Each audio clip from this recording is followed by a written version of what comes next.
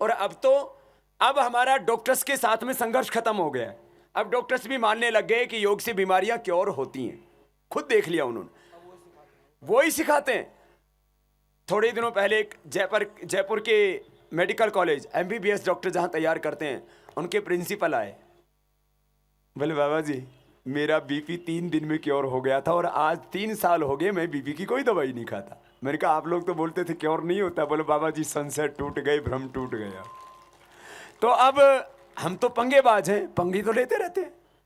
तो हमारा डॉक्टरों से पंगा खत्म हुआ तो हमने पॉलिटिशियंस के साथ में पंगा ले लिया। कहा? नेपाल में नहीं लिया है और यहां लेना भी नहीं चाहते हम। यहां तो चाहते हैं कि यहां पॉलिटिक्स अच्छी हो।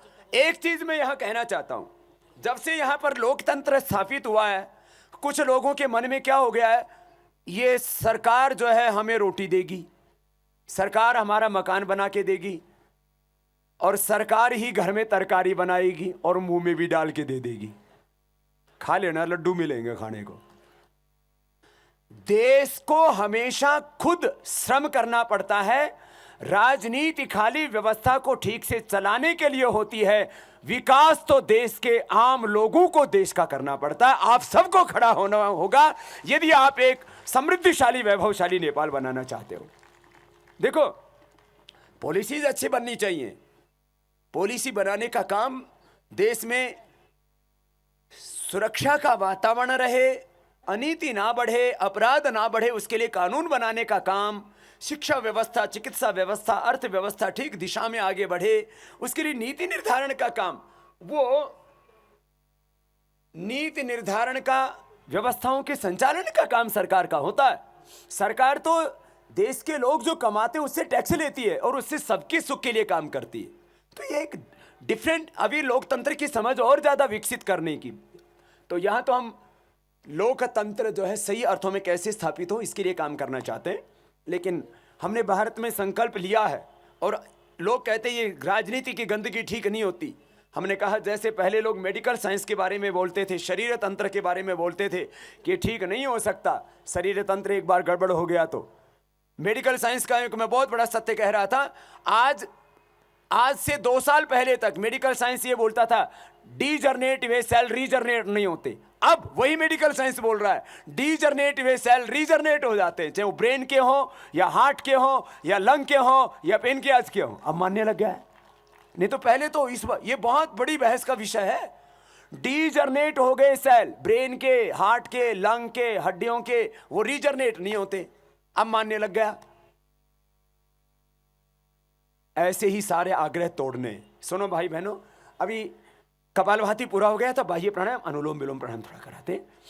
ये 2 प्राणायाम शेष रह गए थे, ज्यादा कराते हम कपालभाति, अनुलोम विलोम। एक बार बाह्य प्राणायाम कर लो, आपको बहुत कुछ करना है। और मैंने कहा हमने तो चुनौतियां हमेशा ली। हमने आज, आप देखना आने वाले 3-4 सालों में हमने आज संकल्प किया है ना, कोई बगावत विद्रोह करने के लिए नहीं, बल्कि भलाई के लिए, कि देश का लोकतंत्र भी ठीक करना, वो हम वहां करेंगे। आप लोग यहां मिलकर के इस समाज को मजबूत बनाइए। समाज जब मजबूत होगा तो मजबूत लोकतंत्र अपने आप बन जाएगा, संगठित होगा।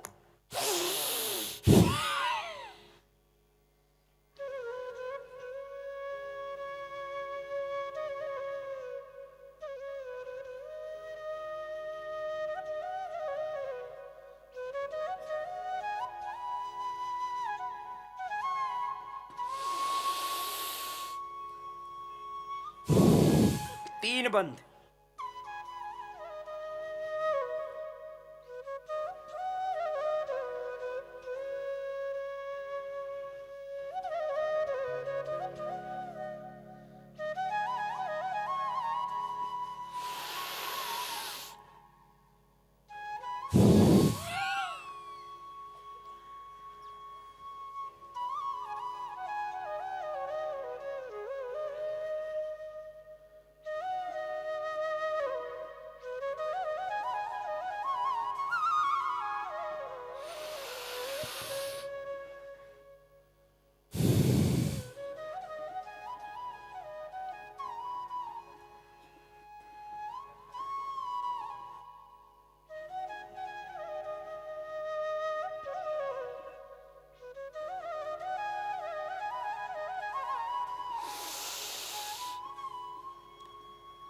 अग्निसार क्रिया।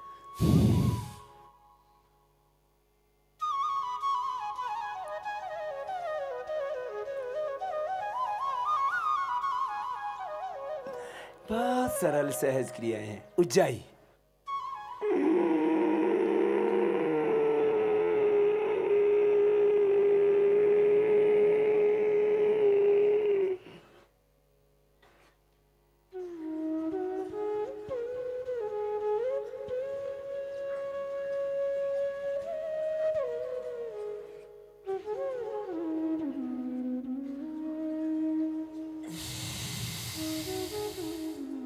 तीन बार कर लो सब।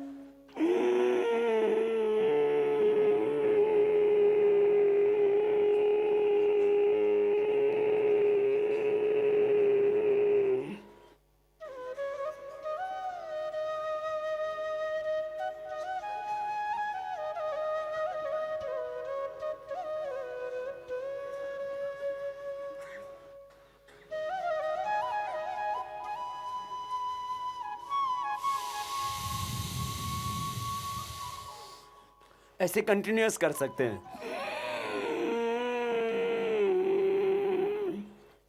गले को टाइट करके भरना।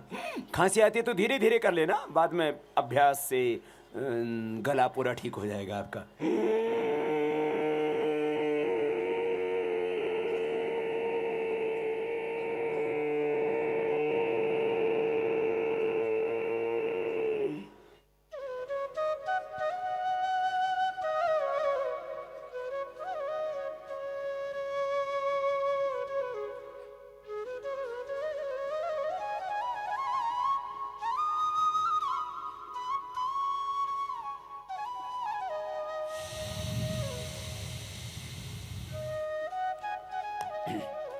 अब अनुलोम विलोम करना है।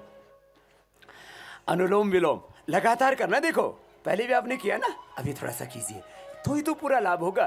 देखो एक सुनिश्चित अवधि तक करने पर ही पूरा लाभ होता है। समय का बड़ा महत्व है। समय ही हमको जवान बनाता है, समय ही हमको बुद्धिमान बनाता है, समय हमको नेता बनाता है, समय हमको सत्ता पर बैठाता है, समय ही हमको बुढ़ा बनाता है। समय से ही तो सारा काम होता है। समय सब ये चढ़ाने का, उतारने का, जीवन मौत सब समय के साथ जुड़ा हुआ है। समय प्राणायाम के साथ जुड़ता है तो उसका भी एक बहुत बड़ा परिणाम आता है।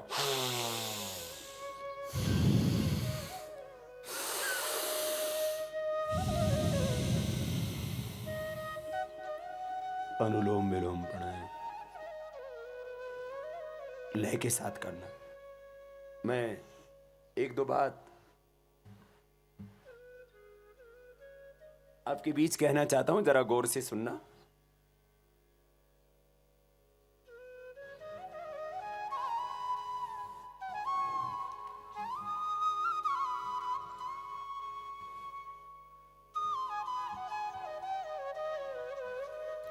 अनुलोम विलोम लय के साथ करेंगे, बिना रुके, नॉन स्टॉप।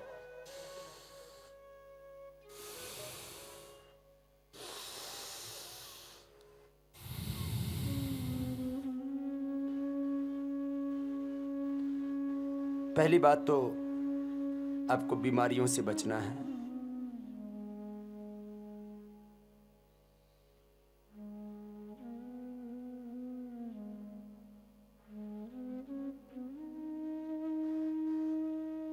दूसरी बात, बीमारी हो गई तो उनको परमानेंट मिटाना है, उनको मेंटेन करके नहीं रखना।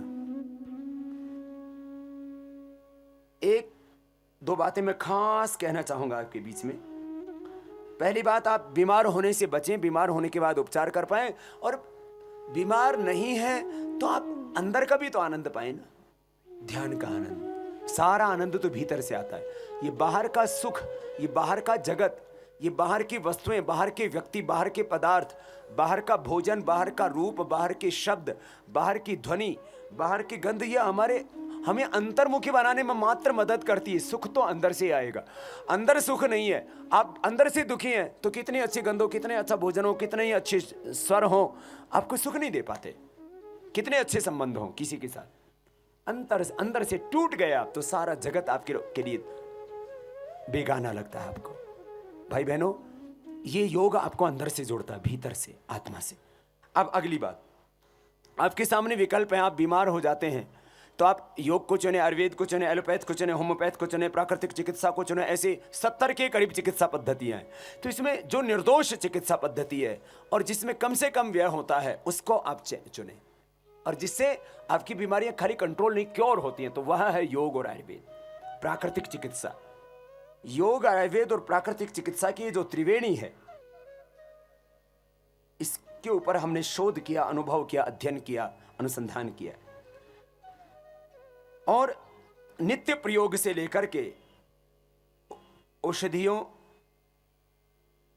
ऐसी औषधियां जो आपकी बीमारियों को क्योर करती है उन तक। जैसे नित्य प्रयोग में आप बाजार से जनरली शैंपू लेके आते हैं, साबुन लेके आते हैं, लेकिन हमने साबुन और शैंपू का भी विकल्प दिया। वो क्या था? हमने ये एक केश कांति बनाया और इसमें हमने आमा, हल्दी, घृतकुमारी, गिलोय, हल्दी, बाकुची, तुलसी, जटामासी, नीम, शिकाकाई, हीना, भृंगराज, आंवला, रीठा, इन तत्वों से ये बालों की सफाई के लिए हमने एक औषधि तैयार की। आप बाजार से लाते जहर, यह है औषधि, और बाजार वाले से सस्ता ही और अच्छा है, तो आप इसका प्रयोग कीजिए। विकल्प आपके सामने। आप बाजार से साबुन लेके आते हो, उसमें होते हैं प्योर केमिकल, इसमें भी थोड़े केमिकल तो यूज करने पड़ते हैं, लेकिन इसमें वो केमिकल्स निष्प्रभावी हो जाते हैं जड़ी बूटियों से और आपको शुद्धि मिलती है। तो चाहे साबुन हो या शैम्पू हो या दवाई हो, या मैंने एक आपके सामने कल विकल्प रखा था, अनुलोम विलोम करते रहो कि आप आयरन की गोली खाएं, कैल्शियम की गोली खाएं, या आप आंवला एलोवेरा पिए, या आप साग सब्जियां खाएं, या आप चौलाई खाएं, कोदो खाएं, सिंगाड़ा खाएं, मिला जुला अनाज खाएं। तो विकल्प हमें वो चुनने चाहिए जो स्वास्थ्यवर्धक हो, जो निर्दोष हो, और जो हमारी जीवन पद्धति का हिस्सा हो सके। दवाइयां हमारी जीवन पद्धति का हिस्सा नहीं हो सकती, आयुर्वेद हमारी जीवन पद्धति का हिस्सा है। अब जैसे आंखों के लिए बहुत से ड्रॉप बनाते हैं, एलोपैथ में, होम्योपैथ में भी। हमने ये एक ड्रॉप बनाया, 100% ये हाइजेनिक है, और जो चिकित्सा विज्ञान के, मेडिकल साइंस के जो सूक्ष्म पैरामीटर हैं उन सब के ऊपर हमने जीरो बैक्टीरियल लेवल जहां होता है अंदर, उसमें बनाते हैं हम इसको। करोड़ों रुपए की यूनिट है। हमने इसमें क्या किया? प्याज का रस, नींबू का रस, प्याज का रस, सफेद प्याज, नींबू, अदरक का रस और शहद मिला करके इससे आंखों का चश्मा हटा सकते हैं आप। तो आपके सामने विकल्प है, आप चश्मा लगाएं या बिना चश्मा के रहना चाहते हैं। तो बिना चश्मा के रहना चाहते हैं तो आंवले का जूस पिए, अनुलोम विलोम करें, और ये दृष्टि आई ड्रॉप डालें। 1 से 2-3 महीने के अंदर अधिकतम आपका चश्मा उतर जाता है। तो ये मैं विकल्पों की बात कर रहा था। अब थोड़ा सा अनुलोम विलोम प्राणायाम आपको मैं करवा रहा था, इसको लगातार करने की आदत डालो। अब एक बात मेरे मन में आ रही थी, इसके ऊपर बाद में भी प्रकाश हमको डालना है। मैंने पहले ही दिन यहाँ पर आकर के एक बात कही थी, नेपाल को यदि समृद्धि के शिखर पर ले जाना है तो जल, जंगल, जमीन, यहाँ की जवानी और यहाँ की जड़ी बूटियाँ, ये 5 बड़े संसाधन हैं इस देश को आगे बढ़ाने के। मैं इसका आर्थिक मूल्यांकन करूं तो पूरे देश की अर्थव्यवस्था को हम खाली यहाँ के जल का सही उपयोग करके, उससे जल से उत्पन्न होने वाली बिजली, कल भी उसके बारे में मैंने बात की थी। जंगल, जंगल इतने विशाल हैं, यहाँ उन जंगलों का बहुत सदुपयोग हो सकता है। जंगलों का दोहन नहीं, उनका काटना नहीं, उन जंगलों से बहुत कुछ उपलब्ध हो सकता है। उसके ऊपर सरकार के स्तर पर तो मुझे लगता, शासन के स्तर पर तो जो रिपोर्ट्स तैयार होंगी वो होंगी, इसके ऊपर हम कभी प्रकाश डालेंगे। जल, जंगल, जमीन, जमीन यहाँ इतनी ज़्यादा, कल हमने उसके ऊपर थोड़ा सा प्रकाश डाला था कि उसको हम यदि यहाँ पर ऑर्गेनिक खेती करते हैं।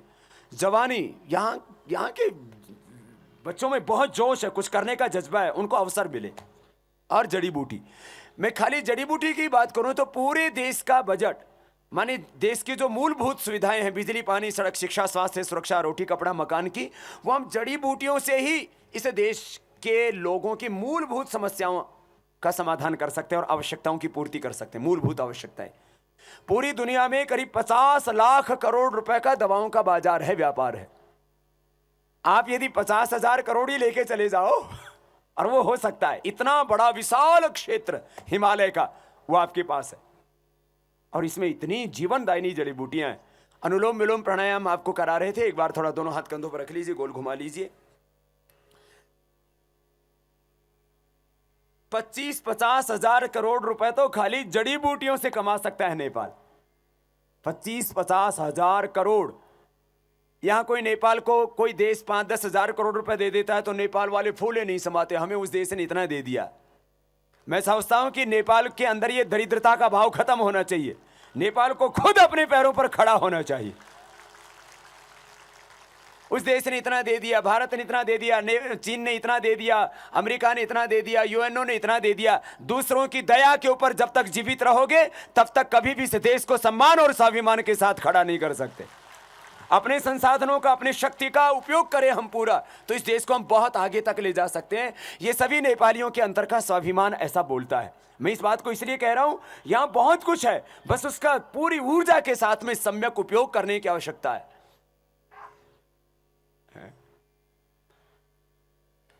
मैं इस बारे में दोबारा कुछ बात एकांत में करने वाला हूं, लेकिन अभी अनुलोम विलोम प्राणायाम आपको हम करा रहे थे, उस प्रैक्टिस को हम पूरा करें। आज जीवन दर्शन के ऊपर कुछ बातें मैं श्रद्धेय आचार्य श्री से कहूँगा कि आप अनुलोम विलोम करेंगे, आपको कुछ बात कहेंगे जो सुबह उठने से लेकर के शाम सोने तक हमारी जिंदगी के साथ आयुर्वेद, योग, अध्यात्म बहुत जुड़ा हुआ है गहरा। यह अवसर जो मिला है आपको, और इस अवसर को प्रत्यक्ष रूप से यहाँ आने वाले हमारे अब कितने हजार हैं ये तो मैं नहीं कह पाऊंगा, क्योंकि जहाँ तक देखो मुंड ही मुंड दिखाई देते हैं।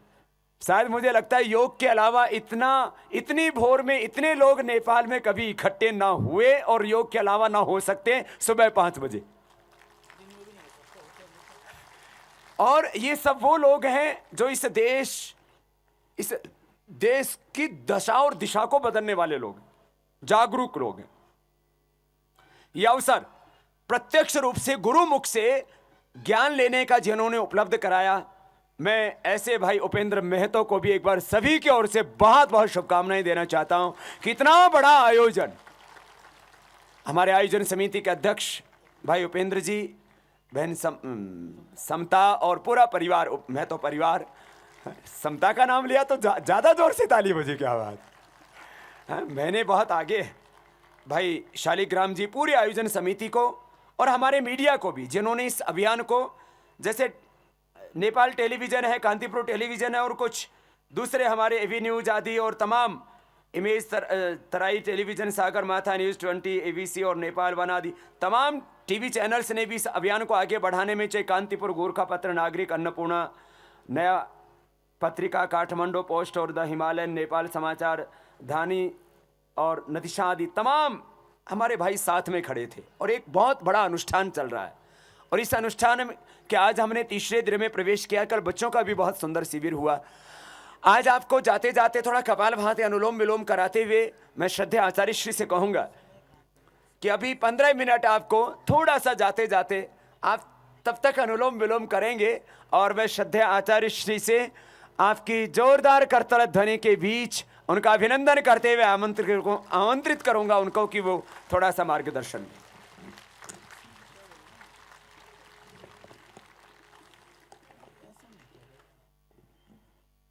सभी एक बार मेरे साथ ओंकार का उच्चारण करेंगे।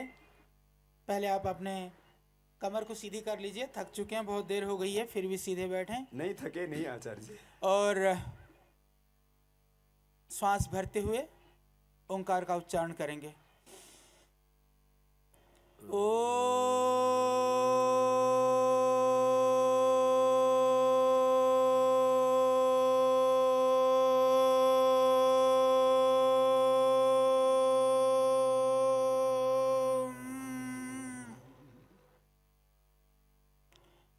श्रद्धेय स्वामी जी और यहाँ पर उपस्थित सभी योग को जीवन में अपना करके अपने आप को स्वस्थ निरोग बनाते हुए स्वस्थ, समृद्ध और सामर्थ्यवान नेपाल के निर्माण की अभिलाषा को लेकर के उपस्थित सभी सम्मानित नेपाल के कोने कोने से पधारे हुए नागरिक और भारत से भी बहुत सारे लोग आए हैं। आप सबको वंदन करते हुए, क्योंकि थोड़ी सी बात मैं कहना चाहता हूँ, विशेष करके श्रद्धेय स्वामी जी के मन में कितनी पीड़ा है देश को, संपूर्ण विश्व को लेकर के, हमारी जो सनातन परंपराएं हैं, हमारी संस्कृति और जो मूल्य हैं, वह मानव मात्र के हित के लिए हैं, वो किसी व्यक्ति, जाति या किसी समूह के लिए नहीं है। तो आज उन विधाओं के जो वैज्ञानिक तथ्य है, उसको हमने जन जन तक पहुंचाने का महाअभियान पतंजलि योगपीठ के माध्यम से किया है। और आप सबके लिए बड़ी गौरव और प्रसन्नता की बात है कि मैं एक चीज़ कह सकता हूँ कि अभी भारत में आज हमारे लाखों शिक्षक हैं, हजारों सेवा केंद्र हैं, फिर भी पतंजलि योगपीठ संस्था के रूप में हरिद्वार को छोड़ करके अभी बाहर 2-3 जगह पर प्रयत्न चल रहा है। परंतु आप सबके लिए खुशी और प्रसन्नता की बात है कि नेपाल में रहनी सबै मान्छेको लागि खुशीको कुरा हो कि 3 ठाउँमा इकट्ठै पतंजलि योगपीठ स्थापित हुँदैछ। यो बहुत ठुलो कुरा हो। तो ये इसको देख करके आप अंदाज़ा लगा सकते हैं कि श्रद्धेय स्वामी जी के नेपाल के प्रति क्या भाव है। इसको कहने की ज़रूरत नहीं है, भाषण की ज़रूरत नहीं है, सिर्फ महसूस करने की आवश्यकता है। आपके हृदय में जो प्यार है, जो भावना है, जो सम्मान देना चाहते हैं, हमने कल देखा ही जो हमने महसूस करे को जनकपुर हम गए थे तो लगभग 20-25 हज़ार लोग वहाँ पर इकट्ठे हो गए थे। उपेंद्र जी ने थोड़ा सा प्रयत्न किया, थोड़ा सा अलीग्राम जी ने वहाँ लोगों को कहा, वहाँ के लोग इकट्ठे हुए और 25 हज़ार लोग जो कभी मेले में, कभी किसी सम्मेलन में भी नहीं इकट्ठे होते हैं, थोड़ा सा प्रयत्न से मिलने के लिए, एक बार देखने के लिए इतनी भीड़, इतनी भावना और इतना सम्मान। तो जो आपने सम्मान दिया है, जो आपकी भावनाएं हैं, हम उसको समझते हैं। आपसे हम प्रत्यक्ष मिल पाए ना मिल पाए, हजारों लोगों की ये भावना, ये इच्छा होती है हम नज़दीक से बैठें, नज़दीक से बात करें। हम स्थूल रूप से आपके नज़दीक नहीं हो पाएंगे, परंतु सूक्ष्म रूप से हम आपके हृदय में हैं, आपके दिल और आपके अंदर की भावना और संवेदना में हैं। आपकी पीड़ा को हम समझते हैं, आपकी संवेदना को हम समझते हैं, आपकी भावनाओं को हम जानते हैं और उसी आपकी भावना को अपनी भावना बना करके लोगों तक, जन जन तक पहुँचाने का यह महाअभियान का नाम ही पतंजलि योगपीठ है। श्रद्धेय स्वामी जी का संकल्प और स्वप्न भी वही है कि अंतिम व्यक्ति तक यह योग पहुँचे, अंतिम व्यक्ति तक चिकित्सा का और स्वास्थ्य का लाभ मिले। इसी अभियान के साथ हम आगे बढ़ रहे हैं और नेपाल के संदर्भ में भी अभी यहाँ पर हजारों शिक्षक काम कर रहे हैं। और आप सबसे आग्रह भी करूँगा कि ये मेरे विशेष आग्रह कि यो योग सीखेर स्वयं स्वस्थ होने अभियान में जहाँ तपाईहरु सम्मिलित भइरहेको त्यो योग प्रत्येक व्यक्तिसम्म पुगोस्, त्यसको लागि सबै मिलेर घर घरमा योग शिक्षक तयार गर्ने और त्यसको लागि पतंजलि योग समितिको जो नियमावली नेपालीमा ट्रान्सलेसन भएर आइसकेको छ, विचार क्रान्ति गरेर एउटा पुस्तक छ, त्यसलाई सबैले लिनु, त्यसलाई पढ्ने और उसके बाद में आप घर घर में योग पहुँचाने संकल्प करिए। जिस तरह से आप श्रद्धेय स्वामी जी के प्रति प्यार करते हैं तो उस प्यार को प्रदर्शित करने का ये नहीं कि आप भीड़ में खड़े होकर के स्वामी जी को माला पहनाएं या हमें सम्मानित करें। हम उसको बहुत महसूस नहीं करते हैं। हम महसूस करेंगे कि यदि प्रत्येक व्यक्ति जो यहाँ पर खड़ा है और टीवी के माध्यम से जो घर घर में जो लाखों लोग इस योग कार्यक्रम को देख रहे हैं, वो संकल्पवान बने कि कम से कम एक आदमी 10 व्यक्ति को योग सिखाएगा, कम से कम एक आदमी 100 व्यक्ति को योग सिखाएगा और हो सके तो जुड़ करके योग शिक्षक बन करके घर घर में योग को पहुंचाएगा। मैं आशा कर सकता हूं कि नेपाल को जब याद किया जाए तो योगमय नेपाल के रूप में याद किया जाए और कम से कम आप 2-3 साल के अंदर ही नेपाल का जो अंतिम व्यक्ति है, जो गांव में, पहाड़ में और हिमालय के चोटियों में रहता है, वहां तक भी योग पहुंच जाए और आप सब मिलकर के संकल्प ले लें तो निश्चित रूप से वह मात्र 1-2 साल के अंदर हो सकता है।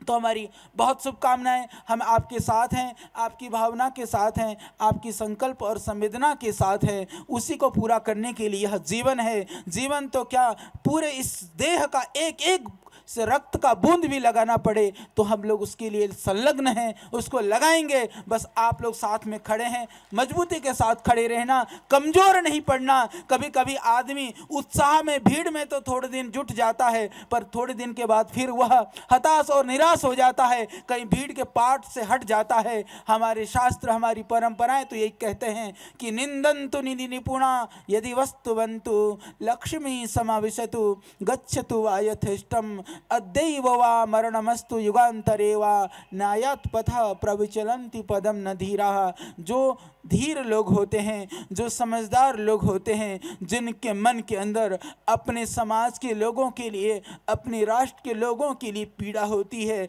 जब एक रास्ते पे चल जाते हैं तो वह परवाह नहीं करते हैं कि उनकी कोई प्रशंसा करते हैं या उनकी कोई निंदा करता है या उनको कहीं भी किसी भी तरह से कोई विघ्न प्राप्त होता है, फिर भी कभी भी वह उस पथ से विचलित नहीं होते हैं। आपने इस पथ का आलम्बन लिया है, इस रास्ते पर आप चले हैं, इस मार्ग में आप बढ़े हैं, तो बढ़ते चलना है, पीछे नहीं हटना है। जब तक प्रत्येक व्यक्ति को स्वास्थ्य न मिले, प्रत्येक व्यक्ति के अंदर एक जीने की तमन्ना और उत्कंठा हम पैदा न कर सकें, तब तक हमें शांत नहीं रहना है। यह नेपाल की भूमि वास्तव में एक रूप में बहुत समृद्धशाली है, जैसे सरदेव स्वामी जी बता रहे थे। मैं एक बात बताना चाहता हूँ, अभी हमने हरिद्वार के अंदर एक वर्ल्ड हर्बल इंसाइक्लोपीडिया हम तैयार कर रहे हैं, विश्व भेषज संहिता, जिसके अंदर पूरी दुनिया के अंदर, पूरे विश्व के अंदर जो पेड़ पौधे हैं, जो जड़ी बूटियाँ हैं, जो रोग दूर करने के लिए लाभकारी जो जड़ी बूटियां हैं, उनकी हमने एक डॉक्यूमेंटेशन हम कर रहे हैं। और मुझे इस बात को कहते हुए बहुत प्रसन्नता है, पूरी दुनिया के अंदर हम लोगों ने 5500 लगभग पौधे छांटे। उन 5500 पौधों में लगभग 4000 के लगभग पौधे जो भारत के हिमालय क्षेत्र और नेपाल में जो पाए जाते हैं वो पौधे हैं। यानी कि सारी दुनिया के अंदर यदि 5500 पौधे हैं तो करीबन 4000 यानी कि उसका दुगुना पौधा यह नेपाल और भारत की हिमालय क्षेत्र के अंदर प्राप्त होता है। तो यहाँ जड़ी बूटियों का बेशुमार समृद्धि है, बहुत संसाधन है, हमें उसको आगे बढ़ाना है, उसके लिए हम काम करेंगे। उसके लिए भी हम योजना बना रहे हैं, जिससे आने वाले समय में सबको रोजगार मिले, सबकी बेरोजगारी और गरीबी दूर हो। इसके लिए भी पतंजलि योगपीठ काम करने वाला है। साथ चाहिए आपका, आप साथ खड़े हो जाएंगे तो हम आपके साथ चलेंगे, और आप चलोगे तो हम दौड़ेंगे। ये हमारा वादा है और हमें विश्वास है कि आप भी अपने वादे को बिल्कुल याद रखोगे। और आज मैं ज़्यादा कुछ न कहता हुआ अलिखित कूरा मात्रा, और विशेष करके नेपाल में अभी बात आ रही है, कई उथल पुथल है, कई सारी असम, यहाँ पर एक शांति की आवश्यकता है, कई सारी चुनौतियाँ हैं। लोग बात करते हैं कि नेपाल राष्ट्र हिंदू राष्ट्र रहे ना रहे, बहुत सारी बातें हैं, पर मैं एक बात कहना चाहता हूँ कि हमारे योग के बैनर तले हिंदू, चाहे हिंदू हो, चाहे बौद्ध हो, चाहे सिख हो, चाहे ईसाई हो, चाहे मुस्लिम हो, सभी भाई इस योग मिशन से जुड़े हुए हैं। और मैं कह सकता हूं इसका उदाहरण, ये अभी यहाँ हमारे दो भाई हैं, ये जफरुद्दीन मियाँ और सेठी मैया मियाँ, ये दोनों मुस्लिम भाई हैं, नेपाल के हैं, और योग के पूरा गांव-गांव में योग प्रचार करते हैं। और इनको पीड़ा हुई सरदेव स्वामी जी हर रोज गिलोय की बात करते हैं, जिसको गुर्जो नेपाली में बोलते हैं। ये कई किलो गुर्जो इकट्ठा करके लेके आए हैं। तो जो जसलाई घर में लगानी हो बनी, ये लाई इतनी टुकड़ा लाग न सक्छ, तो जिसको घर में गिलोय लगाना है, टेलिस्फोरा इंडिका इसका नाम है, तो वो हमारे दोनों मियाँ भाई ने और मियाँ बहन ने जो है इकट्ठा करके लेके आई हैं। तो आप लोग जाते समय लेकर के जाए, एक एक टुकड़ा अपने घर में लगाएं, अपने को स्वस्थ बनाएं और पड़ोस को और दूसरे को भी स्वस्थ बनाइए, क्योंकि यह बहुत ज़रूरी है। समय बहुत हो गया है, बतानी तो मेरे को बहुत सारी जड़ी बूटियाँ थी, लेकर के बैठा हूँ। ये सारी यदि बोलना शुरू कर दूंगा तो कई घंटे लग जाएंगे, तो उसके लिए तो आप आस्था पे देखते रहना, मैं बताता रहूँगा। सिर्फ इतनी सी बात थी, आपकी भावना, आपका प्यार। ये हमारे मियाँ जी आ गए हैं। अब देखो, ये इसको बताओ, ये कहीं ये हिंदू दिखता, कहीं मुसलमान दिखता है, ये शुद्ध नेपाली है और ये योगी है, ठीक है। तो इसीलिए पहले राष्ट्रवादी बनो, फिर योगी बनो, उसके बाद में बात की जाति पंथ संप्रदाय बाद की चीजें हैं। तो बहुत आशीर्वाद और बहुत बहुत शुभकामनाएं। ओम। तब जाते जाते सिंहासन और हास्यासन करना है ना, पहले सिंहासन के लिए बैठ जाओ। शेर बना के भेजते हैं ना, जीवा बाहर और फिर से।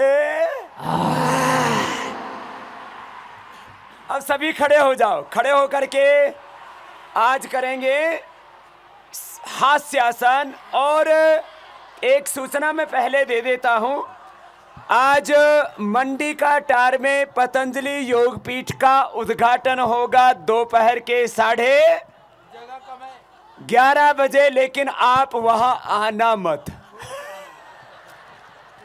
बोले बाबा जी फिर आपने निमंत्रण क्यों दिया है? आपको टीवी पर दिखा देंगे, क्योंकि वहां यदि आप सभा आ गए तो फिर वहां जो है व्यवस्था करनी मुश्किल हो जाएगी। इसलिए अभी आपकी भावनात्मक उपस्थिति रहेगी वहां पर, तो पतंजलि योगपीठ के कुछ खास सदस्यों को वहां पर आमंत्रित किया गया है।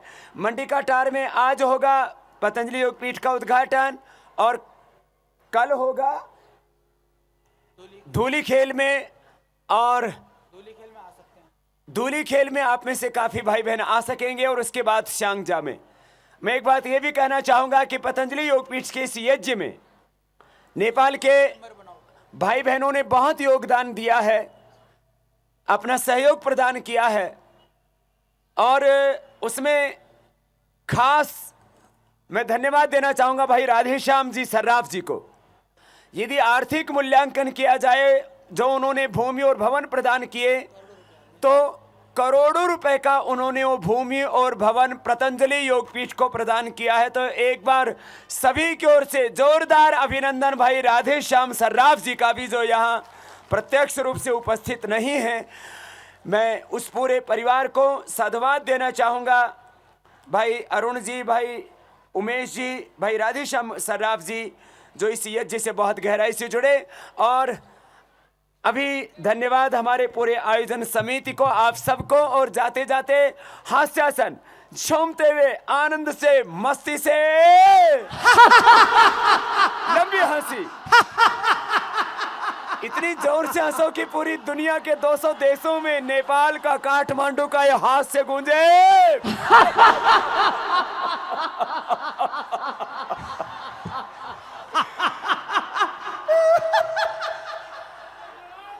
एक बार जरा जोर से तो हंसो कैसे। और मुस्कुराते तो रहना हमेशा। आज जाते जाते गीत गाते जाएंगे।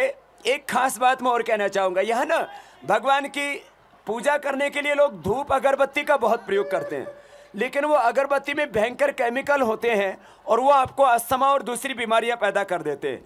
इसलिए नेचुरल गंध के साथ, जड़ी बूटियों के साथ ये पहली बार यहाँ पर धूप और अगरबत्ती भी हमने उपलब्ध कराई है, जिसमें 100% अगरबत्ती ऐसी जिसमें किसी तरह का कोई भी केमिकल यूज नहीं किया गया है, जड़ी बूटियों से जिसको तैयार किया गया है। तो ये चाहे चमेली है, चाहे गुलाब है, चाहे लौंग है, अलग अलग प्रकार के ये फ्रेग्रेंस के साथ में ये अगरबत्ती भी मैं चाहूँगा आप केमिकल वाली अगरबत्तियों से दूर हट करके ये नेचुरल चीज़ों पर आएंगे तो भगवान तो प्रसन्न होंगे ही होंगे, आपका बीमारी भी दूर होगा और आपका मन भी प्रसन्न होगा। तो ये एक जानकारी देनी थी आपको मुझे कि आप सही विकल्प चुने पूजा के लिए, पाठ के लिए, ध्यान के लिए, भगवान के आह्वान के लिए। तो चलो एक प्रार्थना, जिंदगी में हमेशा खुश रहना, हिम्मत ना हारिए, प्रभु ना बिसारिए, हंसते मुस्कुराते हुए जिंदगी गुजारिए। हंसते मुस्कुराते हुए जाएंगे। कल भोर में जब आप यहाँ आएंगे ना, तब ऐसे ही मुस्कुराते हुए आएंगे। और दिन में भी किसी के साथ झगड़ा नहीं करना, पत्नी के साथ, पति के साथ, बच्चों के साथ गुस्सा नहीं करना, खुश खुश आना कल तक। हिम्मत ना हारिए, प्रभु ना बिसारिए, हंसते मुस्कुराते हुए जिंदगी गुजारिए। हिम्मत ना हारिए, प्रभु ना बिसारिए, हंसते मुस्कुराते हुए जिंदगी गुजारिए। हंसते मुस्कुराते हुए जिंदगी गुजारिए।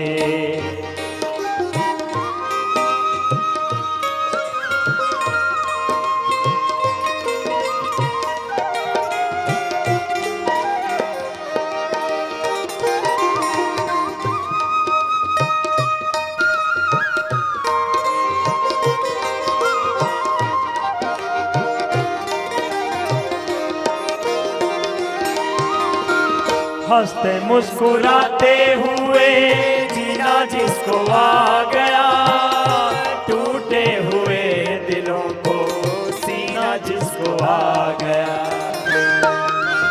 सब बोले और ऐसे ही तो जीना है सबको। हंसते मुस्कुराते हुए जीना जिसको आ गया, टूटे हुए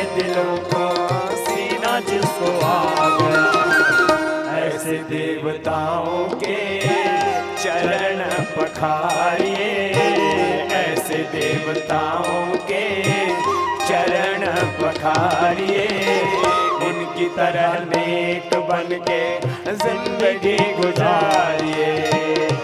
मत ना हारिए, प्रभु ना बिसारिए, हंसते मुस्कुराते हुए जिंदगी गुजारिए।